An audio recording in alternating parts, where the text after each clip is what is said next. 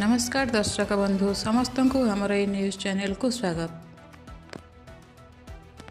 20 रु कम छात्र छात्री थिबा विद्यालय को बंद करेंगे राज्य सरकार।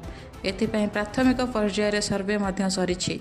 राज्य सारा प्राय 5630 विद्यालय को बंद पाई सर्वे करा जायथिबा बेले केवल पश्चिम ओडिशार 1826 विद्यालय बंद करने लगी चिन्हट होईछि।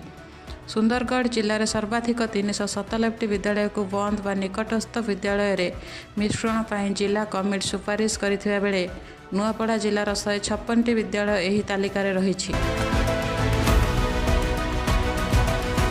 साधारण निर्वाचन पूर्व बंद स्कूल गुड़ी को खोलिया प्रतिश्रुति देथिबा बीजेपी सरकार को आसिया परे विद्यालय बंद करिया पई निष्पत्ति नेथिबारु अभिभावक मध्य तीव्र असंतोष देखा देछि।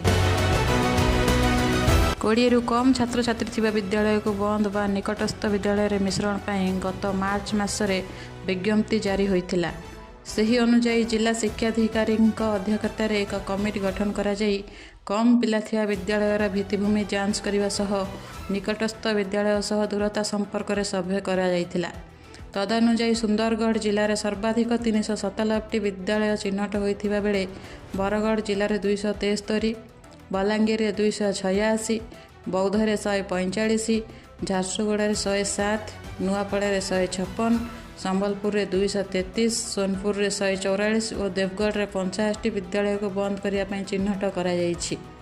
किछि स्थान में ग्रामवासी यह विरोध करिबारु आसंता 31 तारिख मध्य संपृक्त विद्यालयर परिचालना कमिटी और ग्रामवासी माने ए नै जिलापाल और डीओ निकट में अभियोग करिपारिबे बोली कुहाଯାଇଛି।